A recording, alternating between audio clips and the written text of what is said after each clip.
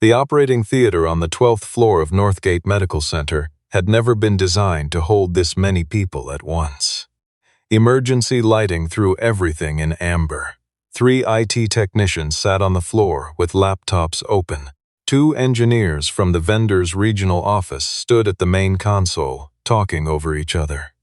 Neil Townsend, Northgate's chief technology officer, stood with his arms crossed and his jacket draped over a chair, his dress shirt dark at the collar from a night that had not gone the way any night was supposed to go. At the center of it all, Caroline Briggs, CEO of Northgate Medical Center, placed both hands on the edge of the equipment cart and looked at everyone in the room. Then she said the thing no one in that building was going to forget. $500,000 to whoever restores this system before 7 a.m. No one moved. And somewhere in the hospital, 4 floors below, in a folding chair near the service elevator, a man in a gray security uniform read the alert on his phone and read it again. Caroline Briggs had spent 19 years building Northgate into what it was. She had started as a hospital administrator in Cleveland, with a graduate degree in health systems management and an appetite for problems that other people walked around. She had taken over Northgate at 38, when it was a mid-tier regional hospital with aging infrastructure and a staff that had learned to expect very little. In the years since, she had rebuilt the surgical wing, recruited a trauma team courted by 3 other institutions, and made the single largest capital investment in the hospital's history. The Axiom Surgical Intelligence Platform, a $38 million AI-assisted imaging and navigation system that had transformed the quality of Northgate's most complex procedures. Axiom was why surgeons from other hospitals referred their most difficult cases here. It was why Dr. Patricia Osei, one of the country's leading pediatric neurosurgeons, had chosen to base her practice at Northgate 3 years ago. And it was why an 8-year-old boy named Caleb Hensley, who had been living with a rare arteriovenous malformation wrapped around the base of his brainstem, was scheduled for surgery at 8 o'clock that morning. The system had gone dark at 1:47 a.m. on a Tuesday. By 2:30, Neil Townsend had assembled every technical resource the hospital could reach. By 4, the vendor's emergency line had connected them with 2 engineers working remotely. By 5:15, the list of things they had ruled out was exhaustive. The list of things they had fixed was empty. The surgery was in less than 3 hours. Without Axiom, Dr. Osei had said, clearly and without drama, that she would not be able to proceed. The malformation was positioned in a way that made conventional imaging guidance insufficient. Axiom was not a convenience. It was the margin between a surgery she could perform safely and one she could not. Caroline had listened to all of that and walked back to the server room and made the offer. Samuel Greer read the alert twice, folded his phone into his breast pocket, and stood up from the folding chair. He was 47 years old. His title at Northgate was Security Officer, Level 2, which meant he was responsible for overnight access control on floors 9 through 13, the loading dock check-ins, and a patrol rotation he had long since memorized to the point where he no longer had to think about it. He had worked the night shift at Northgate for 3 years and 2 months. Before that, there was a gap. In his employment history he listed as consulting, which was accurate enough in the technical sense, and said nothing about what those years had actually looked like. Before the gap, there had been a life that looked quite different. Samuel had finished his doctorate in biomedical engineering at Johns Hopkins at 29, 2 years later than he had planned, because he had spent those extra years helping raise his younger sister after their mother's illness. He had gone on to spend 8 years designing medical imaging integration systems for devices that ended up in hospitals across the country. His specialty was the invisible layer, the middleware, the handshake protocols, the data pipelines that moved imaging information from the machine that captured it to the system that read it. It was unglamorous, foundational work that most physicians never thought about, and most engineers considered beneath their notice. Samuel had come to love it precisely because of that. The invisible work was where the actual integrity of the system lived. He had been at a company called Helix MedTech when the problem began. His team had been in the final validation phase of a new line of pediatric imaging devices when he identified a timing vulnerability in the synchronization logic, a flaw invisible under normal operating conditions, but which would produce corrupted image data in a specific and predictable set of edge cases involving small patients with elevated heart rates, children who were frightened or in pain. He had flagged it through every internal channel available to him. He had written it up 3 times with increasing specificity. The response he eventually received, from a vice president he had respected, was that the margin of risk had been assessed and accepted, and that the device was going to market on schedule. Samuel had refused to sign the final validation documentation. They had let him go on a Friday afternoon with a severance agreement and a non-disclosure clause. He had driven home and sat in his car in the parking lot for a long time. Then he had gone upstairs to where his wife Laura was making dinner, and his daughter Lucy was sitting on the kitchen floor, sorting wooden blocks by color, with the seriousness of someone engaged in important work. He had not told Laura all of it that night. He had told her pieces over the following weeks, and she had listened the way she listened to everything, without interrupting, her hands wrapped around her coffee cup, her eyes steady on him. She had said, at the end, that he had done the right thing. He had said he was not sure that mattered. She had said it mattered to her. And because it mattered to her, it was enough. At least for that night. The device had been approved 9 months later, signed off by a different engineer who, as far as the public record showed, had not been given access to Samuel's internal reports. 14 months after approval, there were 4 adverse events at pediatric hospitals in 3 states. The FDA investigation that followed was quiet and took a long time. Helix MedTech reached a confidential settlement. No executive was named publicly. The device was quietly redesigned. By the time the investigation concluded, Laura had been diagnosed. By the time she died, 16 months after that, Samuel had moved with Lucy to Chicago and was working night security at a hospital, which was perhaps the most precise expression of irony he had encountered in a life that had not been short on them. Lucy was 8 now. She had her mother's way of going still when something interested her, her mother's habit of keeping a book in her bag at all times, and her own particular attachment to a worn canvas tote painted with a galaxy pattern that she carried everywhere and called simply the bag. She attended 2nd grade at Brightfield Elementary, 3 blocks from Northgate, and on days when Samuel's shift ran into the school day, she waited for him in the hospital lobby with the bag in her lap and her book open, comfortable among the ambient noise of a working hospital in a way that most children her age were not. The security desk staff knew her by name. She knew theirs. Samuel had learned to keep his world navigable, not small, not diminished, but navigable. A life size to what he could give without breaking, Lucy first, everything else arranged around that fact. He had not thought about Helix MedTech or imaging systems or middleware in years. He was not thinking about any of it when he stood up from the folding chair near the service elevator and pressed the button. He pressed 12.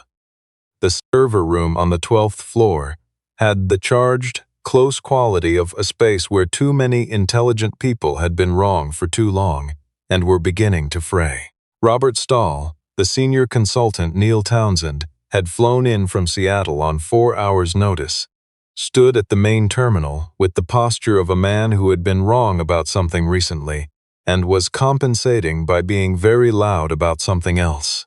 2 junior engineers on his team were typing rapidly and saying little, which was a pattern Samuel recognized as people who had learned not to speak until their supervisor ran out of things to say. Neil Townsend stood apart from all of them, near the window, his phone in his hand, with the expression of a man who is delegated catastrophically and is calculating whether any available version of events leaves this as someone else's fault. Caroline Briggs was near the door when Samuel came through it. One of the junior staff intercepted him before he reached the center of the room. She was polite about it, in the specific way of someone whose politeness is a barrier rather than a welcome. She asked if he was here for a facility check. Samuel told her he was there for the open challenge. She looked at his uniform. She looked at Caroline. Robert Stahl did not wait for anyone to resolve the question. He turned from the terminal with the unhurried authority of someone who considered himself the highest-ranking person in any room he entered. "We appreciate the enthusiasm," Stahl said, and his tone made clear that he appreciated nothing of the kind. "But what's happening in here is a bit above the pay grade of." He glanced at the security badge on Samuel's chest and finished the sentence with a pause that was worse than whatever word would have come next. Two engineers at the far table looked up and then looked away. The kind of looking away that registers everything. Samuel did not respond to Robert Stahl. He looked past him, found Caroline Briggs near the door, and met her eyes. He said nothing. He waited. Caroline looked at him for a moment. She was a woman who had spent 19 years learning to read the difference between someone who was afraid of a room and someone who simply was not, between someone performing competence and someone who had it. She had been wrong before. She was also, by her own careful reckoning, more right than not. 10 minutes, she said. Robert Stahl started to object. Caroline turned to look at him with an expression that contained nothing except at the end of the conversation, and he stopped. Samuel moved to the nearest open workstation. He did not ask for an orientation to the system. He did not ask what had already been tried. He sat down, looked at the Axiom diagnostic interface for a moment, and then asked whether he could access the integration layer event log from the 48 hours prior to the failure. Not the Axiom system log, the middleware event log, the data pipeline between the imaging hardware and the platform. Alan Mercer, the hospital's senior systems engineer, looked up from his workstation. He had been at Northgate for 11 years and was generally considered the most technically precise member of the IT staff, a reputation he maintained by saying very little and being very accurate. He had the expression of a man whose curiosity had just been activated against his will. "That log's been pulled," Alan said. "We went through it." "I'd like to look at it directly," Samuel said, "specifically the DICOM handshake records." A pause moved through the room. Alan looked at Caroline, who gave a small nod. Alan typed a command and opened access. Samuel sat down and began reading. What he was doing, which no one in the room could see the significance of yet, was not looking at what everyone else had been looking at. Robert Stahl's team had spent 4 hours on the Axiom platform logs, the AI system's internal records, its error outputs, its diagnostic flags. Neil Townsend's engineers had gone deep into the server infrastructure. The vendor's remote support team had been auditing the platform's machine learning parameters for signs of model drift or data corruption. None of them had spent serious time on the integration middleware. The middleware was not glamorous. It had been running without incident for 3 years. It was assumed to be stable, the way anything that has been invisible and functional for long enough gets assumed to be stable, which was an assumption that Samuel had learned, at significant personal cost, never to make. Northgate had installed 2 new MRI units 6 weeks ago. The installation had gone smoothly by every visible metric. What had not been visible, what would not have been visible, unless someone was specifically examining the DICOM metadata schema, was that the new units ran a firmware version that tagged one specific metadata field differently than the previous units had. The field was the spatial orientation identifier, a piece of information that Axiom used to correctly align imaging data for surgical navigation. The new firmware tagged it with a slightly different attribute name. Not wrong, just different. The middleware's field mapping configuration, written for the previous units, did not recognize the new attribute name. When it encountered the field, it returned a null value, nothing. Axiom, receiving that empty signal in a field it considered essential to safe operation, had entered a protective lockdown state, which was exactly what it had been designed to do. The safety protocol was functioning correctly. The problem was in the layer beneath it. Axiom was not broken. It was being handed information it could not read. Samuel leaned back slightly.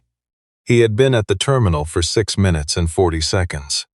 He looked at the screen the way someone looks at something after they have fully understood it and are simply confirming what they already know. Then he turned to face the room.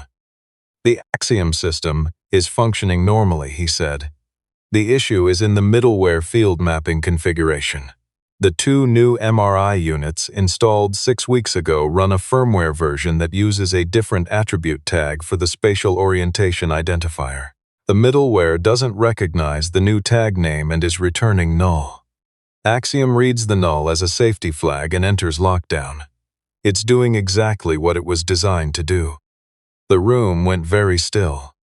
Alan Mercer had straightened in his chair before Samuel finished the 3rd sentence. He was already pulling up the configuration file on his own screen. "That's a 2-line change," Alan said quietly, in the tone of a person who is calculating something and needs to be precise. 3, Samuel said. "You'll want to add a schema validation check so the middleware flags attribute mismatches before they reach the platform. Otherwise, this happens again at the next firmware cycle." Robert Stahl found his voice. That section was reviewed. His tone was reaching for certainty and landing somewhere closer to resistance. "We ran through the integration logs. We would have caught a field mapping issue. You would have caught it if you'd filtered on the DICOM metadata layer specifically," Samuel said. "The general event log shows the null return as a standard empty field entry. It doesn't flag it as an error, because from the middleware's perspective, it isn't one. You have to look at the schema mapping to see the mismatch." Robert Stahl looked at Neil Townsend. Neil was not looking at him. Neil was looking at Alan Mercer's screen. "Run it," Caroline said.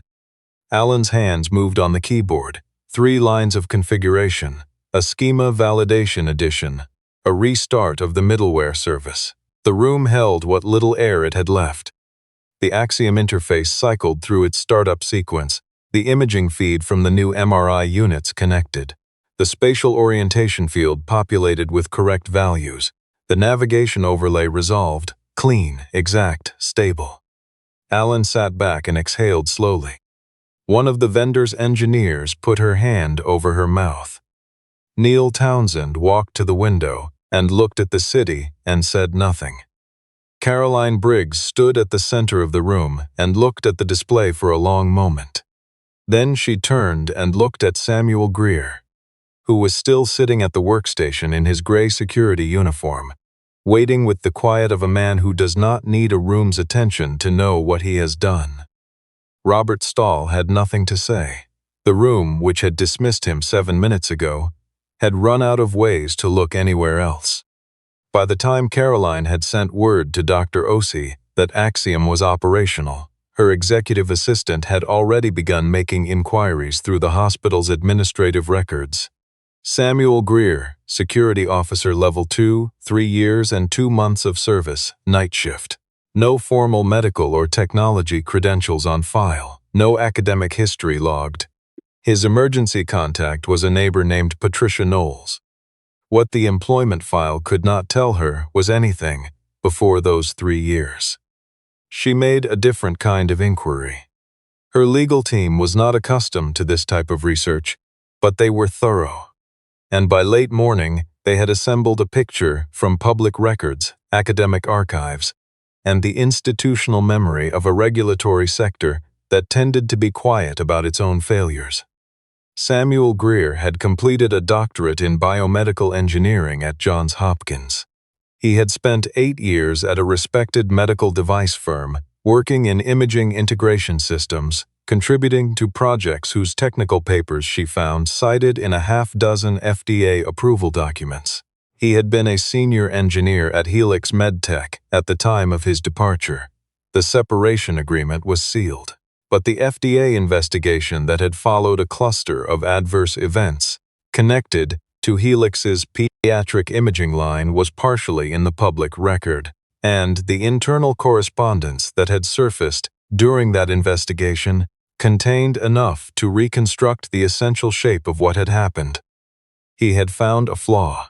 He had reported it through every internal channel he had. He had refused to sign off when the report was set aside. He had been released. The flaw had been approved by someone else, deployed, and had produced exactly the harm he had described. Before a quiet recall and redesign closed the matter, no executive had been named publicly. The engineer who had refused to sign had never spoken about any of it, not to the press, not to the regulators, not anywhere her team could find.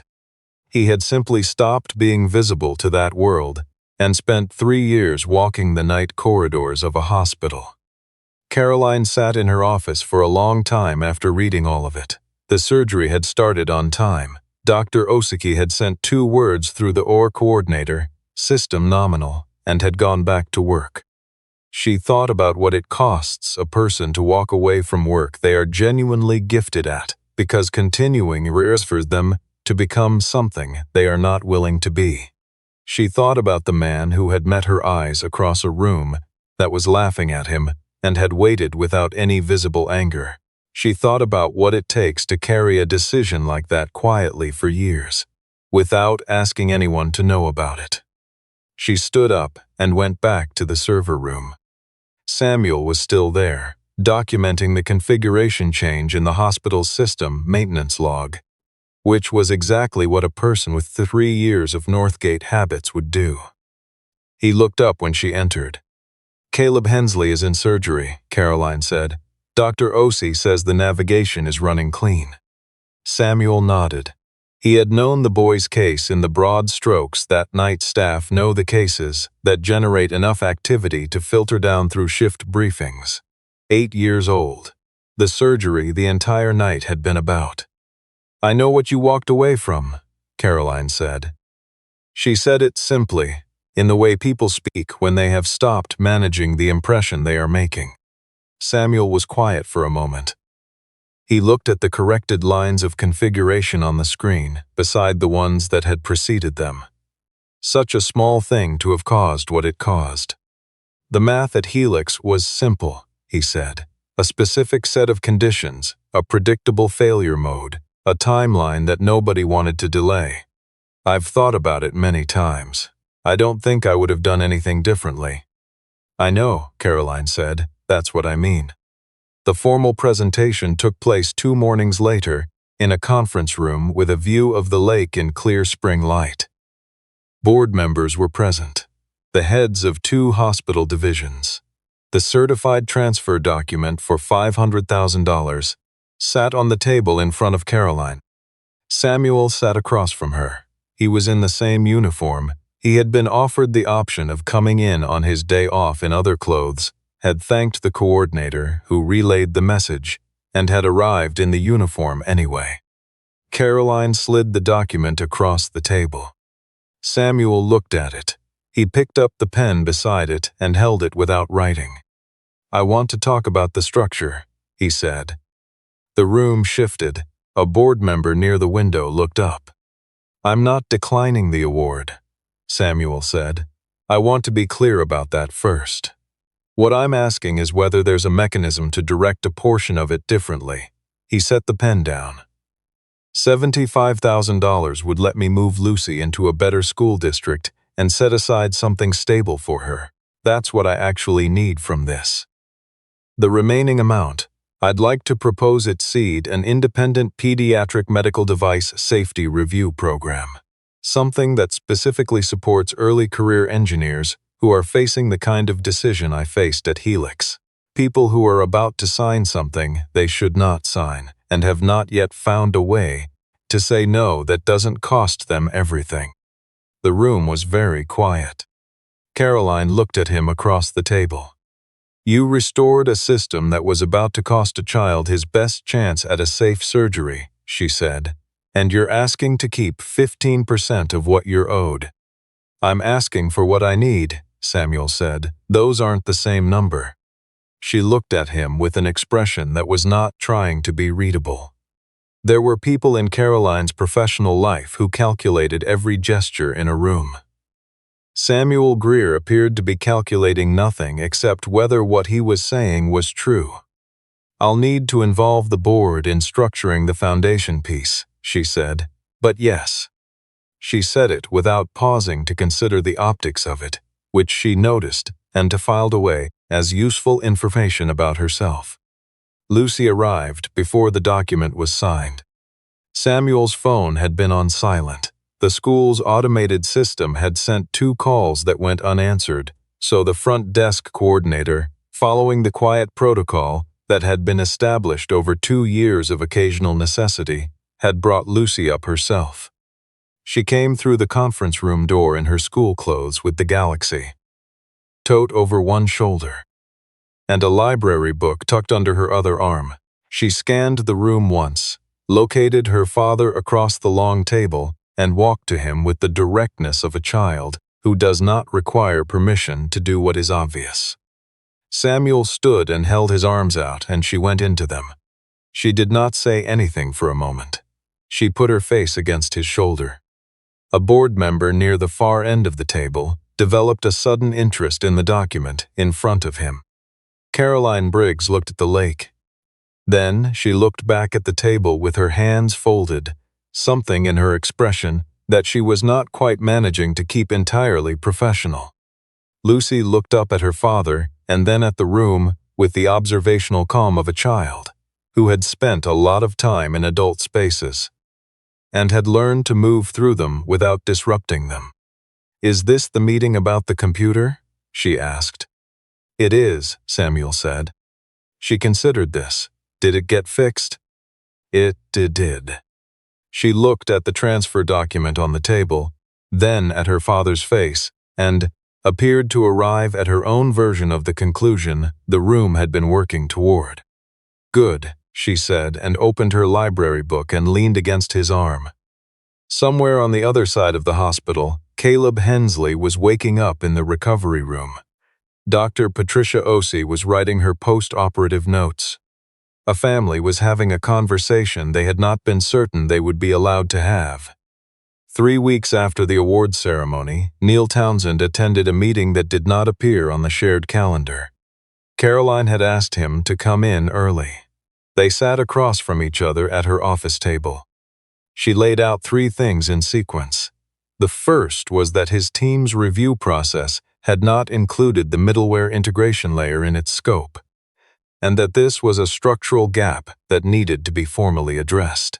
The second was that Robert Stahl had publicly dismissed a qualified person on hospital grounds in a manner that was neither accurate nor acceptable, and that Townsend, as the one who had engaged Stahl, bore responsibility for that.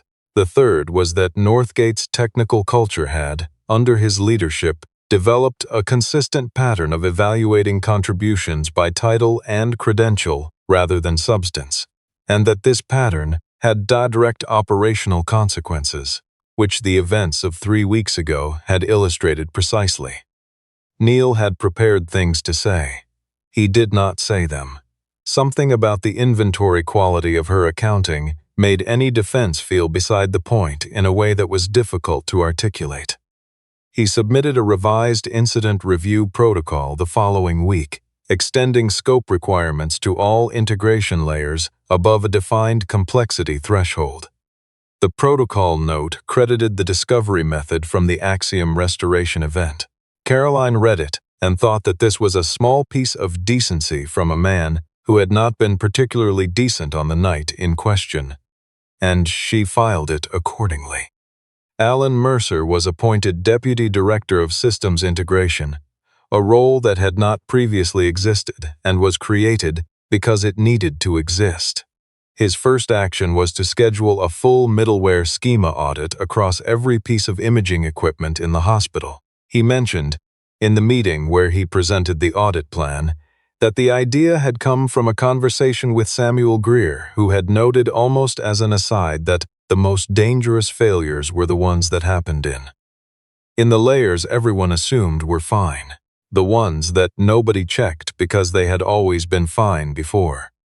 The apartment Samuel and Lucy moved into in April was in a neighborhood with a school that Lucy had visited once and declared acceptable, which from her was a strong endorsement.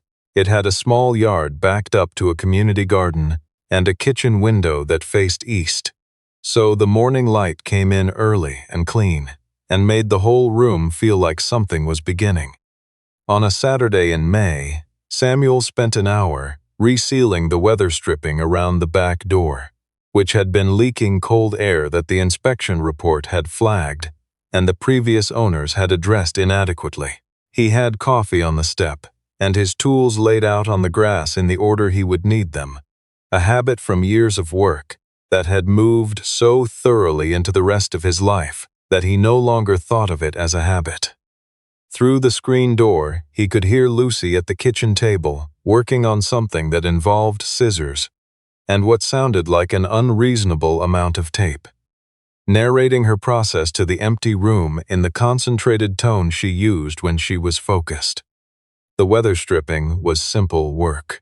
The door had been leaking because the seal had compressed unevenly, more on the hinge side than the latch side, and whoever had last attempted a fix had addressed only the section where the gap was visible from outside, rather than tracing it to where the compression had actually begun.